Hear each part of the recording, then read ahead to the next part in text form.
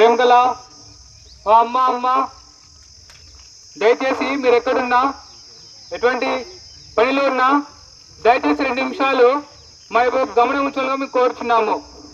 మేము మీ గ్రామానికి ఎందుకు వచ్చామంటే ప్రభువైన యేసుక్రీస్తు వారి గురించి, రాళ్ళకు రాజైన దేవాది దేవుడైన యేసుక్రీస్తు ప్రభు గురించి మీకు తెలియజేయడానికి వచ్చినాం.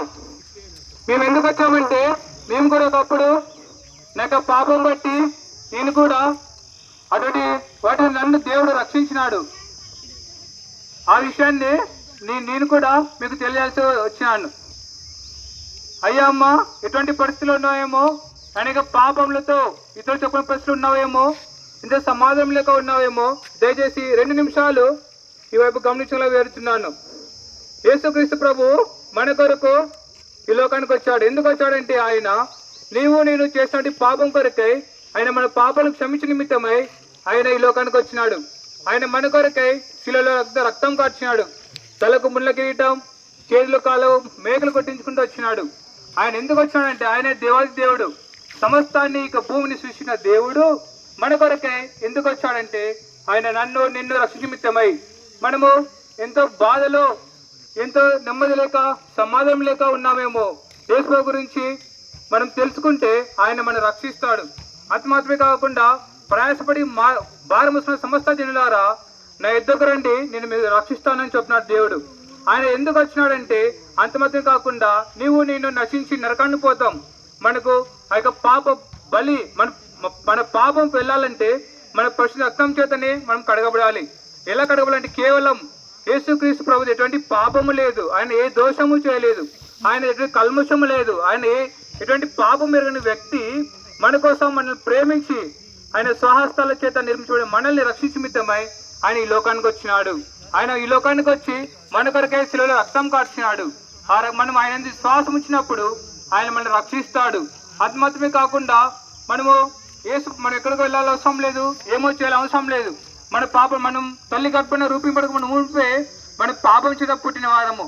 అంటే నేనేం పాపం చేయలేదు, నేనేం దొంగతనం చేయలేదు, నేనేం నరహత్య చేయలేదు, నేను ఎవరిని చంపలేదు, నేను ఎవరికి మోసం చేయలేదు అనుకోవచ్చు.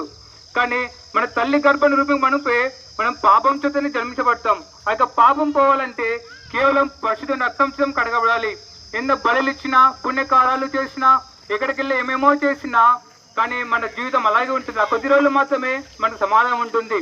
ఆ తర్వాత మన మనసులో ఎటువంటి సమాధానం ఉండదు, ఎటువంటి నెమ్మది ఉండదు, శాంతి ఉండదు.